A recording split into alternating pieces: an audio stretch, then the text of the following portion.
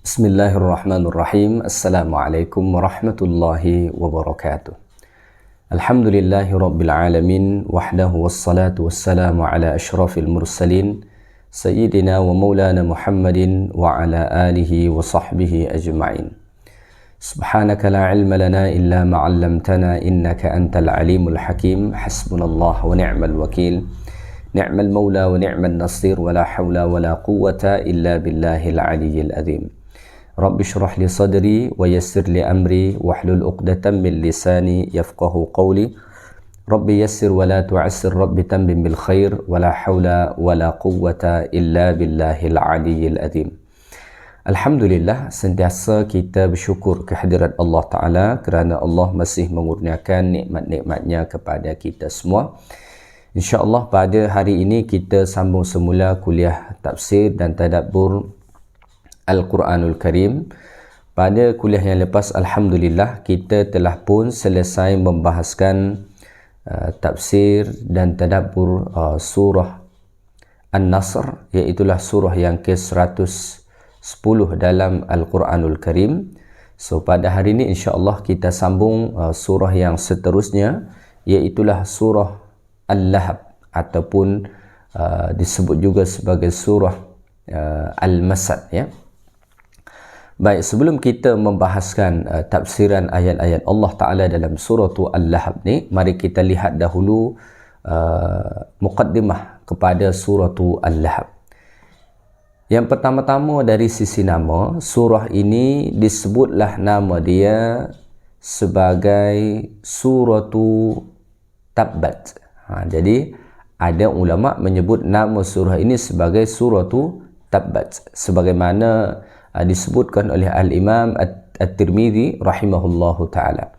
Ini kerana Allah Ta'ala berfirman pada ayat yang pertama dengan perkataan Tabbat. Tabbat yada abi lahabi wa tabb, ya. Kemudian ada juga ulama tafsir menyebut bahawa nama surah ini ialah suratu Al-Masad. Suratu Al-Masad, ya. Ini juga kerana Allah Ta'ala menyebutkan perkataan Al-Masad pada surah ini, iaitulah pada ayat yang kelima Allah berfirman fi jidiha hablum mim masad, ya.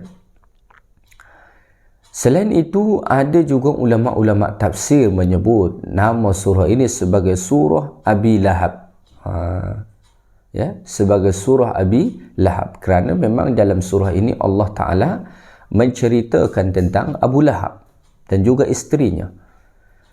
Dan ada lagi nama lain seperti dikatakan oleh Abu Hayyan rahimahullah dalam tafsir beliau, surah ini disebut juga sebagai surah Al-Lahab. Jadi kalau kita lihat nama-nama yang disebutkan para ulama, maka surah ini mempunyai beberapa nama. Nama yang pertama disebut sebagai surah Tabbat, yang kedua disebut sebagai surah Al-Masad, yang ketiga disebut sebagai surah Abi Lahab, kemudian yang keempat disebut sebagai surah Al-Lahab, ya. Jadi inilah lebih kurang ada 4 nama kepada surah ini, ya. Baik, surah ini adalah surah Makkiyah. Artinya ia diturunkan kepada Nabi sallallahu alaihi wasallam ketika Nabi masih berada di kota Mekah. Malah ini sebenarnya antara surah yang cukup awal diturunkan kepada Nabi kita sallallahu alaihi wasallam. Maka Al-Imam Tahir Ibn Ashur rahimahullah sebut bahawa surah ini ialah diturunkan kepada Nabi pada tahun yang keempat daripada kenabian Nabi Muhammad sallallahu alaihi wasallam. Sebagaimana kita tahu, Nabi dekat Mekah sebagai Nabi itu tinggal selama 13 tahun, ya. So ini adalah surah yang diturunkan kepada Nabi pada tahun keempat daripada kenabian Nabi Muhammad sallallahu alaihi wasallam. Maka surah ini adalah surah yang ke-6 diturunkan kepada Nabi, ya. Jadi kalau kita lihat dari tertibun nuzulnya, Ini adalah surah yang ke-6 kepada Nabi SAW diturunkan. Walaupun dalam Quran kita tengok ini adalah surah yang ke-111 ya. Tetapi ini adalah surah yang ke-6 diturunkan kepada Nabi kita alaihi salatu wassalam. Nazalat ba'da suratil Fatihah wa qabla suratil Takwir. Ia diturunkan kepada Nabi selepas surah Al-Fatihah dan sebelum surah At-Takwir. Maknanya surah Al-Fatihah surah yang kelima diturunkan kepada Nabi. Al-Lahab ni adalah surah yang ke-6, kemudian At-Takwir adalah surah yang ke-7 diturunkan kepada Nabi kita sallallahu alaihi wasallam ya. Baik, surah ini sebagaimana kita lihat dalam Al-Quran, ia mempunyai sebanyak 5 ayat ya. Ia mempunyai sebanyak 5 ayat. Daripada 5 ayat ni terdapat sebanyak 23 kalimah. Jadi kalau kita lihat kalimah-kalimah yang ada dalam surah ni yang terdiri daripada 5 ayat ni tadi, maka ia ada sebanyak 23 kalimah. Daripada 23 kalimah itu terdapat 77 harfan. Terdapat sebanyak 77 huruf. 77 huruf. Seperti biasa kalau kita kaitkan dengan hadis Nabi sallallahu alaihi wasallam yang mengatakan bahawa fi kulli harfin 10 hasanat, bahawa pada setiap-tiap satu huruf daripada Al-Quran itu Allah Ta'ala bagi 10 ganjaran. Maka apabila kita membaca surah Al-Lahab ni yang berjumlah sebanyak 77 huruf, maka insya-Allah kita akan dapat pahala lebih kurang 770 pahala. Namun hakikatnya berapakah kita dapat, hanya Allah Subhanahu wa taala sahaja yang tahu. Tetapi Nabi menjanjikan begitu khasnya bagi mereka yang membaca Al-Quran dengan baik dan betul ya. Baik, surah ini sebagaimana disebut dalam hadis Nabi sallallahu alaihi wasallam yang diriwayatkan dalam Sahih Al-Bukhari dan Muslim, surah ini mempunyai asbabun nuzul ya. Ada sebab turun surah ini diturunkan kepada Nabi sallallahu alaihi wasallam ya. Sebagaimana mungkin pernah saya dah sampaikan bahawa ayat-ayat Al-Quran tu dia ada yang mempunyai asbabun nuzul dan ada yang tidak mempunyai asbabun nuzul ya. Jadi ni antara surah yang mempunyai asbabun nuzul. Apa asbabun nuzul surah ini? Sebab surah ini diturunkan kepada Nabi diriwayatkan daripada Ibnu Abbas radhiyallahu taala anhuma. Sa'ida Rasulullah sallallahu alaihi wasallam dzata yaumin 'ala as-safa fanada ya sabahah. Satu hari Nabi naik ke Bukit Safa. Nah, kita tahu ada Bukit Safa dan Marwah sebab ni peristiwa berlaku dekat kota Mekah. Nabi naik di atas Bukit Safa. Lalu Nabi pun berseru memanggil ya sabahah. Ya sabahah ni artinya ialah ini panggilan peringatan kerana ada musuh. Jadi dulu orang Arab kalau ada musuh maka nak memberitahu kepada masyarakat supaya mereka datang berhimpun, bersatu, itu panggilan dia ialah ya sabahah, ya sabahah, begitu. Itu memanggil orang ramai datang berhimpun kerana ada musuh. Itulah panggilan orang Arab. Jadi Nabi naik ke atas Bukit Safa, kemudian Nabi memanggil demikian, ya sabahah, ya sabahah. Seorang pun datanglah, ramai-ramai datang. Termasuklah Abu Lahab pun datang. Ya. Fajtama'at ilaihi Quraisy. Maka orang-orang Quraisy Mekah pun pada ketika itu berhimpun semua di kawasan atau dekat Bukit Safan yang Nabi naik di atas bukit tersebut. Lalu Nabi pun menyampaikan inni nadhirul lakum baina yaday adzabin syadid. Nabi mengatakan, sesungguhnya aku menyampaikan peringatan bagi kamu, menyampaikan amaran bagi kamu bahawa ada azab Allah yang amat dahsyat. Lalu Nabi mengatakan, ara'aitum law anni akhbartukum anna al-aduwwa mumassikum aw musabbihukum akuntum tusaddiquni. Lalu Nabi mengatakan kepada mereka, apakah pandangan kamu andai kata aku khabarkan kepada kamu semua bahawa ada musuh yang hendak menyerang kamu di balik bukit ni, ya? Kalau aku khabarkan kepada kalian bahawa akan ada musuh yang menyerang kalian, adakah kalian percaya dengan aku? Kata Nabi. Qalu ma jarrabna alayka kadhiban. Lalu mereka menjawab, kami tak ada pengalaman dengan engkau berdusta. Maknanya mereka percaya. Sebab mereka kenali Rasulullah SAW sejak daripada kecil lagi sebagai seorang yang al-amin, seorang yang dipercaya. Nabi tak ada tak ada pengalaman Nabi berdusta dengan mereka. Nabi dikenali seorang yang amat dipercaya. Sehingga kan Nabi kata, kalau aku bagi tahu kepada kalian bahawa ada musuh yang hendak menyerang kalian, adakah kalian percaya? Mereka kata, ya percaya. So Nabi sampaikanlah, kalau itu kalian percaya, sepatutnya kalian percaya dengan amaran-amaran, peringatan-peringatan yang aku bawa kepada kalian. Yang tu mengapa kalian tak percaya? Begitu. Ketika mendengar ucapan Nabi SAW ni, Abu Lahab pun marah. Apa kata Abu Lahab? Dia kata, tabban laka ya Muhammad, ya, tabban laka sa'iral yawm alihada jama'tana. Lalu Abu Lahab kata, celakalah engkau wahai Muhammad. Dia kata, adakah untuk ni sahaja kamu himpunkan kami dekat sini? Kami ingat kamu himpunkan kami dekat sini sebab memang ada musuh. Rupa-rupanya inilah tujuan kamu himpunkan kami dekat sini, kata Abu Lahab.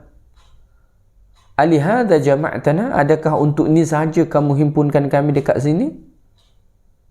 Celakalah engkau. Dia kata kepada Nabi SAW. So dia amat merendahkan, amat menghinakan khabar, amaran yang disampaikan oleh Nabi SAW. So pada ketika itulah dia cuba nak hina Nabi, dia cuba nak rendahkan Nabi. Allah turunkan ayat yang menghinakan Abu Lahab, ya, yang membinasakan Abu Lahab. Waliyadzubillah. Baik, tuan-tuan dan puan-puan muslimin muslimat yang dikasihi lagi dirahmati Allah Ta'ala sekalian. Abu Lahab ni sebenarnya ia masih lagi daripada keluarga Nabi SAW. Ya.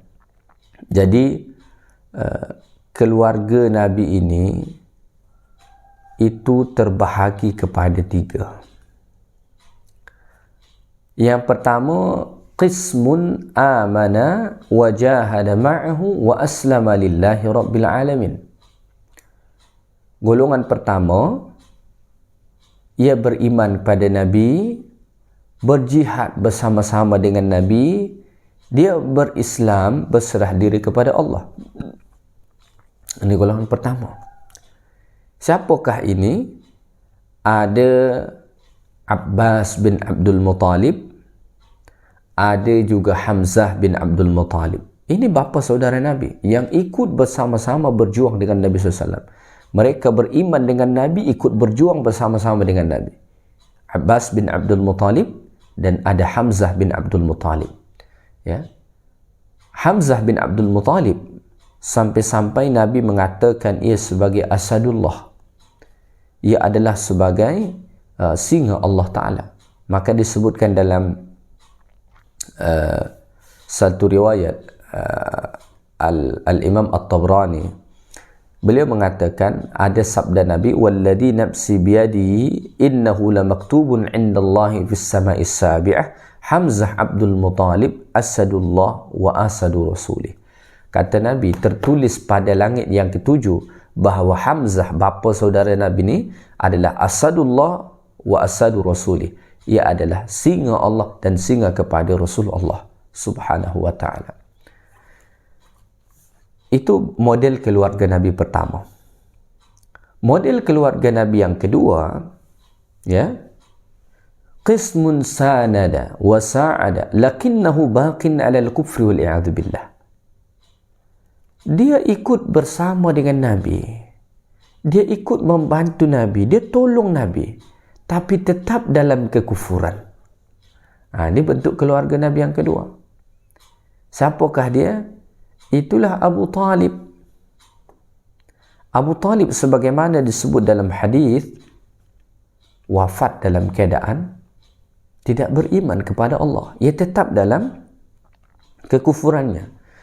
Disebut dalam riwayat, ketika mana Abu Talib hendak meninggal, datanglah Nabi SAW dan juga datang Abu Jahal dan Abdullah bin Abi Umayyah bin Mughirah.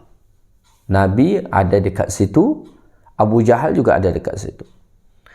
Lalu Nabi pun katalah kepada Abu Talib, ya am, wahai bapa saudaraku, qul la ilaha illallah, ucapkanlah la ilaha illallah supaya masuk Islam. Maksud Nabi ni, kalimatan ashhadu laka biha indallah, itu adalah satu kalimah yang aku dapat memberikan persaksian di hadapan Allah untuk engkau, wahai bapa saudaraku.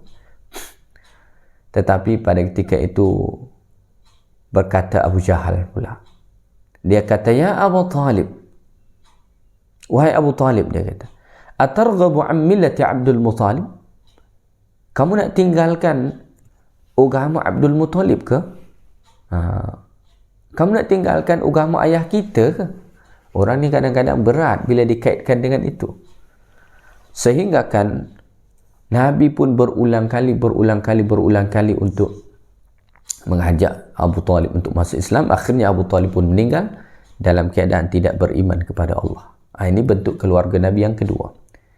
Bentuk keluarga Nabi yang ketiga,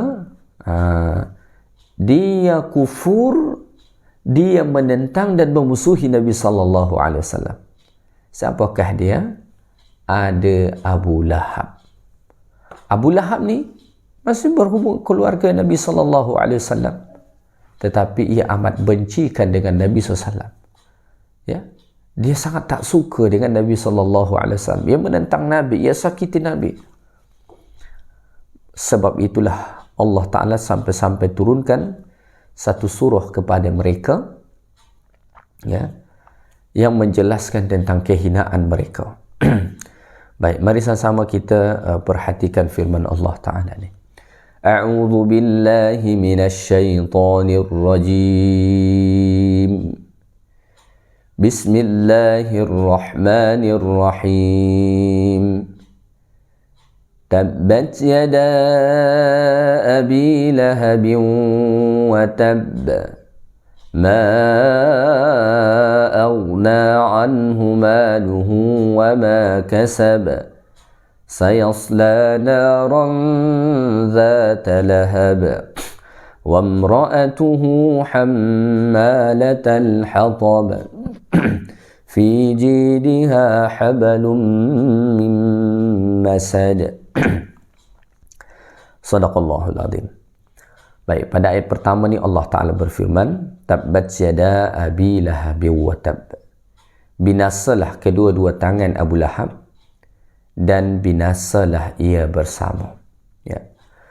Baik, pada ayat ni Allah Subhanahu wa Ta'ala menolak apa yang dikatakan oleh Abu Lahab kepada Nabi sallallahu alaihi wasallam.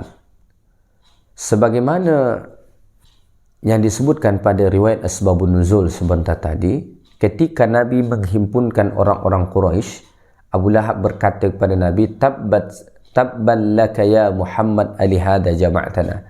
ya, celaka binasalah engkau wahai Muhammad, adakah untuk ni sahaja kamu himpunkan kami? Allah Ta'ala membalas atau menolak apa yang dikatakan oleh Abu Lahab kepada Nabi dengan menurunkan ayat ni, tabbat yada abi lahabi wa tabba, binasalah kedua tangan Abu Lahab dan binasalah ia, ya.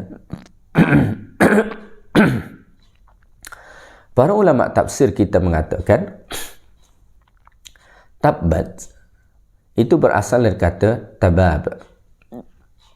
Apa maksud tabab? Tabab ini artinya adalah khasar, merugi, ya, merugi.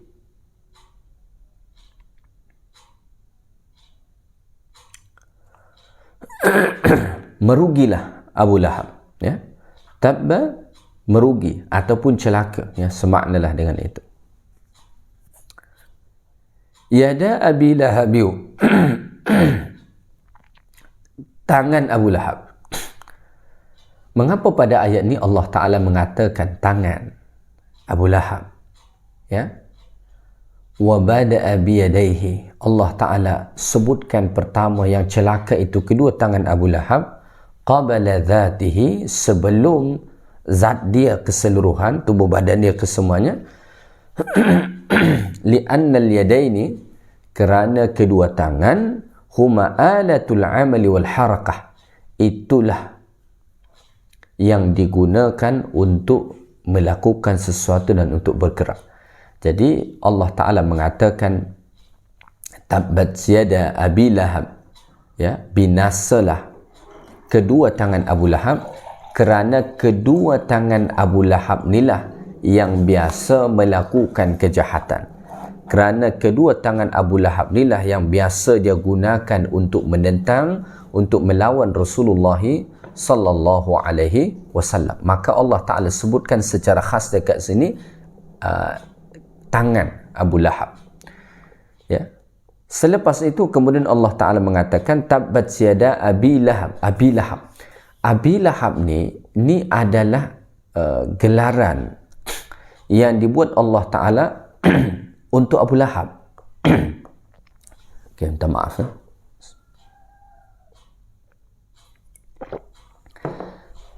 nama sebenar Abu Lahab bukanlah itu. Abu Lahab tu bukan nama sebenar Abu Lahab, ya. Nama sebenar Abu Lahab ialah Abdul Uzza, ya, Abdul Uzza bin Abdul Muttalib. Itu nama sebenar Abu Lahab. Abi Lahab ini adalah kuniyah atau gelaran yang Allah Ta'ala beri kepadanya. Mengapa ia diberi dengan gelaran Abu Lahab? Ya. Lahab itu artinya apa? Lahab itu artinya api neraka yang menjulang. Jadi ia dikatakan sebagai Abu Lahab, ayah kepada api neraka yang menjulang, kerana Abdul Uzza ni atau Abu Lahab ni tempat dia ialah neraka Jahannam Allah Ta'ala. Sama misalnya untuk orang yang suka buat baik. Baik itu dalam bahasa Arab nama dia khair. Maka untuk orang yang sentiasa buat baik, boleh kita sebut gelaran dia Abul Khair. Ya. Ayah kebaikan. Mengapa? Kerana dia sentiasa buat baik. Ini disebut nama dia Abu Lahab atau gelaran dia diberi Abu Lahab kerana dia nanti menjadi ahli neraka, yang mana di dalam neraka itu apinya marak menjulang. Itulah makna daripada Abu Lahab. Nama dia sebenarnya ialah Abdul Uzza bin Abdul Muttalib. Tabbat yada abi lahabi wa tabb. Ya. Binasalah kedua-dua tangan Abu Lahab dan binasalah ia. Dan binasalah ia wa tabb. Dan binasalah ia. Ini maksudnya binasalah ia keseluruhannya. Bukan sahaja kedua tangan. Kalau pertama tadi Allah Ta'ala sebut kedua tangan. Ya. Kalau wa tabb ni binasalah ia keseluruhannya. Bukan tangan sahaja, semuanya. Tadi Allah Ta'ala sebut secara khas tangan kerana kedua tangan inilah yang biasa digunakan untuk menentang Nabi, ya, untuk melakukan kejahatan-kejahatan, sebenarnya dia binasa kesemuanya. Ada juga ulama memahami bahawa tabbat yada abi lahab wa tab itu sebagai doa. Binasalah kedua tangan Abu Lahab maknanya doa, permintaan. Wa tabba itu khabar anna doa qad ujiba fi'lan.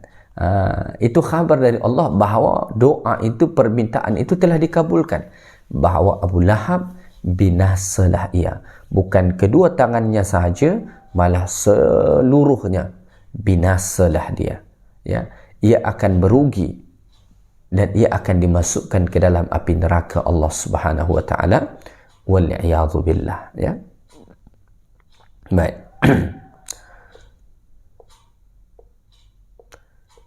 Okay, kita teruskan ayat yang kedua. Pada ayat yang kedua Allah Ta'ala berfirman, ma aghna anhu maluhu wa ma kasab. Hartanya dan segala yang diusahakannya tidak dapat menolongnya. Abu Lahab ni seorang yang sangat berkuasa dekat Mekah dahulu, ya.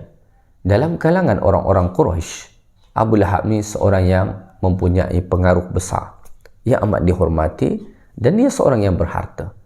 Tapi pada ayat ni Allah Ta'ala mengatakan ma aghna anhu maluhu wa ma kasaba. Hartanya dan segala yang diusahakannya tidak dapat menolongnya.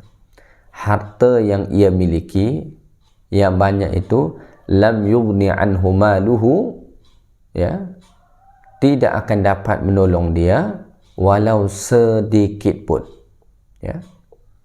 Ma'annal adah annal mal yanfa'. Biasanya harta itu bermanfaat, kan? Biasanya harta itu bermanfaat. Misalnya seseorang dia boleh menebus dirinya dengan hartanya. Sepatutnya dia kena hukuman, tapi dia tebus dengan harta dia yang ada, dia boleh selamat. So ada manfaat harta, ya. Ataupun misalnya harta itu juga bermanfaat ya, kalau misalkan dia sakit, harta itu perlu, dia boleh pergi hospital, dia berubat. Atau saat dia lapar, harta itu bermanfaat, dia boleh beli makanan untuk mengenyangkan perut dia. Tetapi harta kekayaan yang dimiliki Abu Lahab, ketika mana Allah Ta'ala telah menetapkan dia sebagai ahli neraka, tidak akan dapat menolong dia. Yauma la yanfa'u malun wala banun. Kerana pada hari kiamat itu tidak lagi bermanfaat harta, tak dapat tolong kita. Maka ahli neraka itu Allah Ta'ala sebut dalam Al-Quran, berkata ma aghna anni maliyah, hartaku tak dapat lagi menolong aku, ya. Ma aghna anhu maluhu wa ma kasaba. Wa ma kasaba, kalau terjemahan asalnya, dan apa yang dia usahakan. Manakala ulama tafsir mengatakan makna wa ma kasab, wa ma kasaba minal walad, apa yang diusahakan daripada anak, maknanya anak-anak yang dia miliki pun tak dapat tolong dia, ya. Oh, mengapa disebut kasab dekat sini anak? Kerana dalam hadis Nabi SAW, Nabi pun sebut bahawa wa inna auladakum min kasbikum, sesungguhnya anak-anak kamu itu bahagian daripada usaha kamu, ya. So maknanya dekat sini, harta yang dimiliki Abu Lahab dan hasil yang dia usahakan, termasuklah anak yang dia usahakan, tidak akan dapat menolong dia daripada azab Allah Ta'ala, ya. Kita perlu mengambil ibrah, mengapa begitu dahsyat Allah Ta'ala datangkan atau Allah tetapkan Abu Lahab ni sebagai ahli neraka. Kerana ia telah menentang agama Islam, kerana ia telah menentang Rasulullah, kerana ia telah menghina Nabi SAW, kerana ia telah merendahkan agama Islam, yang mana ni semua adalah perbuatan yang amat sangat tinggi dosanya di sisi Allah. Ini dosa besar semua. So oleh kerana itu Allah Ta'ala hinakan dia, Allah timpakan azab yang paling berat dengan dia. kerana ia telah melakukan perbuatan dosa yang amat berat di sisi Allah Subhanahu wa taala. Ya. Baik, kita teruskan ayat yang ketiga. Allah berfirman, sayasla naran dzata lahab. Ia akan menderita bakaran api neraka yang marak menjulang. Abu Lahab ni, dia akan dimasukkan ke dalam neraka dan ia akan menderita di sana, merasakan api neraka yang marak menjulang-julang membakarnya itu. Dekat sini Allah Ta'ala menyebutkan perkataan sayasla. Di situ ada huruf sin. Yasla itu dalam bahasa Arab disebut fi'lul mudhari'. Di situ ada huruf sin. Ulama bahasa mengatakan kalau ada huruf sin masuk kepada fi'lul mudhari', itu bermakna litanfis al-mufid lil haqiqati wal qurb. Itu menunjukkan akan berlaku, ya, benar-benar akan berlaku dan masa dia dah tak lama. Tak lama lagi kamu, wahai Abu Lahab, akan dimasukkan ke dalam api neraka yang mana apinya marak menjulang-julang. Ketika mana surah ini diturunkan, Abu Lahab tu masih hidup. Masih hidup sebab Abu Lahab dia meninggal mati saat peperangan Badar, ya. Jadi masih hidup. Ini pada awal-awal kenabian lagi berlaku ni. Ya. So mengapa dikatakan dia akan masuk dalam masa yang dekat? Kerana sepanjang apapun usia seseorang hidup dekat dunia ini, sebenarnya itu adalah pendek ataupun dekat dengan kematian. Ya. Kalau dibandingkan dengan akhirat, walaupun berjuta-juta tahun orang dalam kubur, itu masa yang pendek kalau dibandingkan dengan akhirat. Ada orang, katalah umur dia sampai 1000 tahun sekalipun dekat dunia ni, itu adalah umur yang pendek kalau dibandingkan dengan akhirat. Maka Allah Ta'ala menyebutkan dalam dalam Al-Quranul Karim, ya, kata Allah Subhanahu wa Ta'ala bahawa ketika nanti mereka dibangkitkan daripada kubur, mereka merasai bahawa mereka tidak tinggal di dunia illa sa'atan min nahar, kecuali hanya satu saat saja daripada waktu siang, tak sampai satu siang. Atau dalam ayat yang lain Allah Ta'ala sebut, lam yalbathu illa ashiyatan aw duhaha. Mereka rasa tak tinggal di dunia kecuali hanya satu petang ataupun satu waktu duha saja. Sekadar itu saja. Jadi Allah Ta'ala sebut sayasla naran dzata lahab. Dia akan masuk ke dalam api neraka yang marak apinya menjulang-julang dalam waktu yang dekat. Walaupun dia ketika itu masih hidup, tetapi itu dekat nama dia. Kerana sepanjang apapun usia orang, itu pasti pendek kalau dibandingkan dengan akhirat. Itu masa yang sangat pendek kalau dibandingkan dengan akhirat. Maka dari perkataan Lahab inilah, api neraka yang marak menjulang inilah dikatakan Abu Lahab. Ya, disebut nama dia sebagai Abu Lahab kerana ia akan menjadi ahli neraka dan akan dibakar di sana. Baik. Ayat 4, kemudian Allah mengatakan wamra'atuhu hammalatal hatab. Dan juga isterinya perempuan pemunggah kayu api. Ia membawa kayu api. Yang binasa, yang celaka ini, yang merugi ini bukan saja Abu Lahab, tetapi juga isterinya. Rupa-rupanya ini satu package. Jadi kadang-kadang suami isteri ni, ada kadang-kadang suami baik, isteri tak baik. Ya, ini seperti Nabi Nuh, Nabi Lut, suami Nabi Allah tapi isteri tak. Ada kadang-kadang sebaliknya, isteri baik, suami tak baik. Seperti Asia dengan Fir'aun. Asia itu beriman dan salah satu wanita terbaik di dunia, tapi suaminya tak beriman, kufur, malah mengaku sebagai Tuhan, iaitulah Fir'aun. Ada model yang ketiga, isteri baik, suami baik, atau suami baik, isteri baik. Contohnya mana? Nabi Ibrahim alaihissalam, Nabi kita sallallahu alaihi wasallam. Suami baik, isteri juga baik. Ada model yang keempat, suami tak baik, isteri juga tak baik. Ni kita jumpa ini model begini, macam ni ya. Suami tak baik, isteri tak baik. Sekarang ni ada ditemukan juga. Suami penagih dadah, isteri juga penagih dadah. Suami pengedar dadah, isteri juga pengedar dadah. Waliyadzubillah. Ada begitu.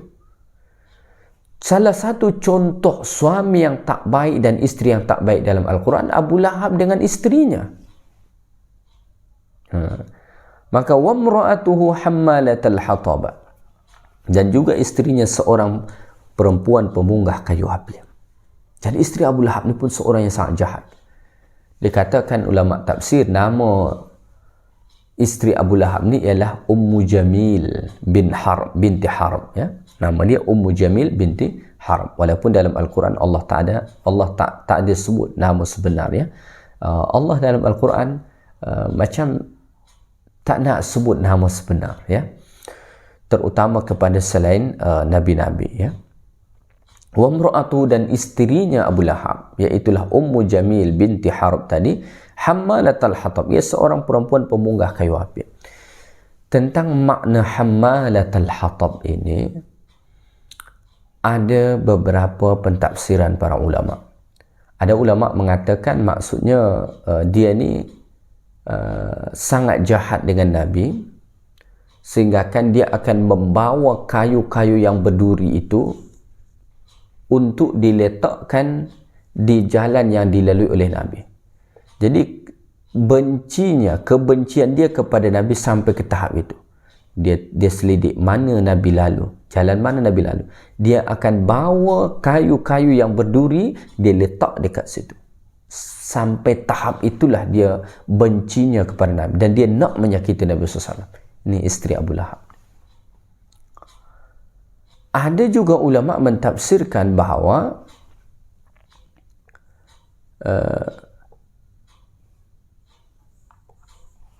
Ummu Jamil ni ataupun isteri kepada Abu Lahab ni dikatakan ia sebagai wanita yang hammalatal hatab, seorang pemunggah kayu api. Ada ulama memahaminya ini sebagai bahasa kiasan saja. Tidak dimaknai memang dia membawa kayu api tadi, bukan itu dimaknai.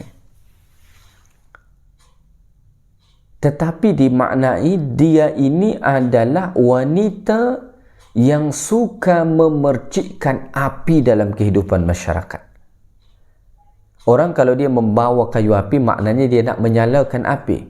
So isteri Abu Lahab ni, kerja dia adalah menyalakan percikan-percikan api dalam masyarakat. Yamshi bin namimah. Dia berjalan di masyarakat itu membuat fitnah, mengadu domba, sehingga kan api-api permusuhan dalam masyarakat itu muncul. Ada orang begitu. Dia hadir saja dekat masyarakat, semua kacau dia buat. Mengapa? Dia pergi ke rumah sana cerita begini, jumpa dengan orang ni cerita ni, jumpa dengan cerita ni. Dia mengadu-adukan masyarakat. Dia menyebarluaskan fitnah dalam masyarakat. Ini makna kedua hammalatal hatab.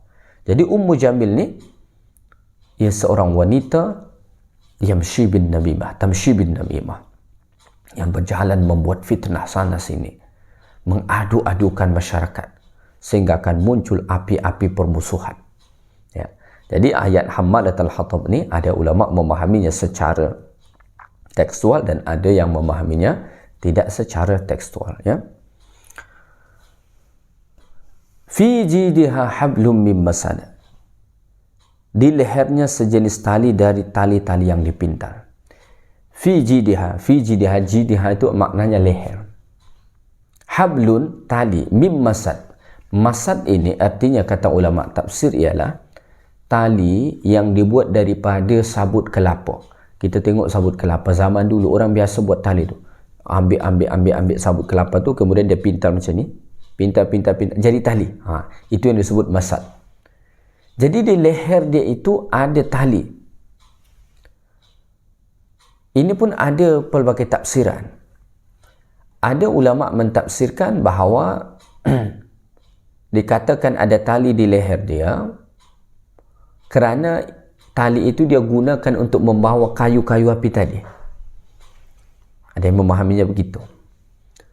Ada juga yang memahaminya fi jidiha hablum min masad ni, ya, di lehernya ada tali-tali yang dipintal. Ini maksudnya nanti keadaan dia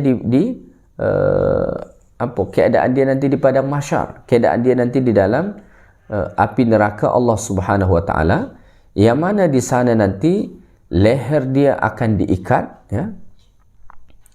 Leher dia akan diikat kemudian mengangkatnya dengan begitu tinggi, Allah angkat dengan sangat tinggi di dalam api neraka, kemudian Allah Ta'ala campakkan, ya. Ada yang memahaminya begitu, ya. Jadi ada yang memahaminya fi jidiha hablum min masad, itu di lehernya ada tali, ya, yang terbuat daripada sabut kelapa yang dipintal. Itu dulu dia gunakan untuk membawa kayu-kayu itu ke padang pasir, ya. Itu maknanya, ada yang memaknai begitu, dan ada yang memaknainya sebagai dia ni adalah nanti di akhirat leher dia akan diikat oleh Allah Ta'ala, ditarik dengan sangat tinggi, kemudian dicampakkan ke dalam api neraka, ya. So apa poin pengajaran yang penting untuk kita ambil daripada surah Al-Lahab ni, ya? Sebenarnya dalam surah ini kita mendapati pelbagai kesimpulan, ya, ataupun pengajaran. Yang pertama, Allah Ta'ala telah menetapkan Abu Lahab dan isterinya sebagai ahli neraka, ya.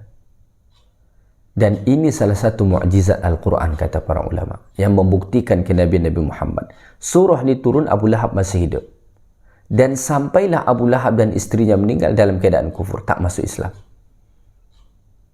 Ini kebenaran Al-Quran. Andai kata andai kata Abu Lahab dan isterinya masuk Islam, seartinya terbatal ayat ni. Tapi tak. Ini salah satu mukjizat Al-Quran yang membuktikan kenabian Nabi Muhammad SAW. Ketika mana Allah mengatakan tabbat yada abi lahabi wa tab, termasuk isterinya, sampai mereka meninggal dalam keadaan kufur, maka benar apa yang Allah Ta'ala sebutkan. Ini pengajaran pertama, ya. Pengajaran kedua yang boleh kita petik daripada sini adalah jangan pernah menentang agama ini. Jangan pernah merendahkan agama ini. Jangan pernah rendahkan Rasulullah SAW, ya. Pengajaran yang ketiga yang boleh kita petik adalah harta dan anak-anak dan segala sesuatu yang kita usahakan tidak akan dapat membantu kita, tidak akan dapat menolong kita kalau kita seorang yang bermaksiat kepada Allah dan Allah timpakan azab kepada kita, ya. Yang ketiga, yang keempat, kesimpulan yang boleh kita ambil, hurmatu adhiyatil mu'min mutlaqan. Keharaman menyakiti orang beriman secara mutlak, tak boleh. Tadi saya dah sampaikan, dia menyakiti Nabi. Kan sekarang Nabi tak ada, maka jangan sakiti orang beriman pun tak boleh. Jangan rendahkan mereka, ya. Kemudian yang boleh kita petik juga pengajaran daripada sini, jangan jadi seperti Ummu Jamil, ya, yang suka, mungkin kita tidak membawa kayu-kayu yang berduri untuk diletakkan di jalan, tapi mungkin kita kadang-kadang terlibat dengan namimah, terlibat dengan gosip, terlibat dengan fitnah, terlibat dengan mengadu-adukan orang. Jangan, ya. Ini adalah perbuatan yang amat keji di sisi Allah Ta'ala, ya. Satu ketika Nabi berlalu di dekat satu kubur, dua kubur, Nabi mengatakan kedua-dua kubur itu sedang diseksa. Salah satu sebabnya, kata Nabi, yamshi bin namimah. Dia dahulu masa hidup berjalan di atas muka bumi, kerja dia menyebarluaskan fitnah, buat gosip, ya, mengadu-adukan sehingga akan muncul api-api permusuhan. Waliyadzubillah. Jangan kita jadi begitu dalam masyarakat. Kemudian kesimpulan yang boleh kita ambil juga daripada surah ini, adamul ighna'il qurabati syai'an minasyirki wal kufr. Tidak ada hubungan kerabat tidak akan menolong kita, ya, atau tidak akan menolong seseorang kalau dia kufur dan syirik. Abu Lahab tu bapa saudara Nabi, tetapi Nabi tak tolong, dan Nabi tak diizinkan Allah Ta'ala nanti menolongnya. Mengapa? Kerana dia kufur, kerana dia syirik. Jadi walaupun dia keluarga Nabi, ada hubungan yang amat dekat dengan Nabi, tapi dia tak ditolong. Mengapa? Kerana dia kufur dan syirik kepada Allah Ta'ala. Maka kita jangan berpegang dengan hubungan keluarga. Hanya mengaku sebagai keturunan Nabi tapi perangai tak betul misalkan, ya, atau kita mengaku sebagai keturunan orang saleh tapi perangai kita tak betul, maka itu tidak bernilai di sisi Allah Subhanahu wa Ta'ala. Tuan-tuan dan puan-puan muslimin dan muslimat yang dikasihi sekalian, sekadar ni saja kuliah kita pada hari ini. Moga-moga bermanfaat untuk kita semua. Yang baik daripada Allah Ta'ala, segala yang kurang daripada saya. InsyaAllah kita sambung pula pada kuliah yang akan datang. Subhanakallahumma bihamdik, asyhadu an la ilaha illa anta, astaghfiruka wa atubu ilaik. Wa sallallahu wa sallama ala nabiyyina Muhammad walhamdulillahi rabbil alamin. Assalamualaikum warahmatullahi wabarakatuh.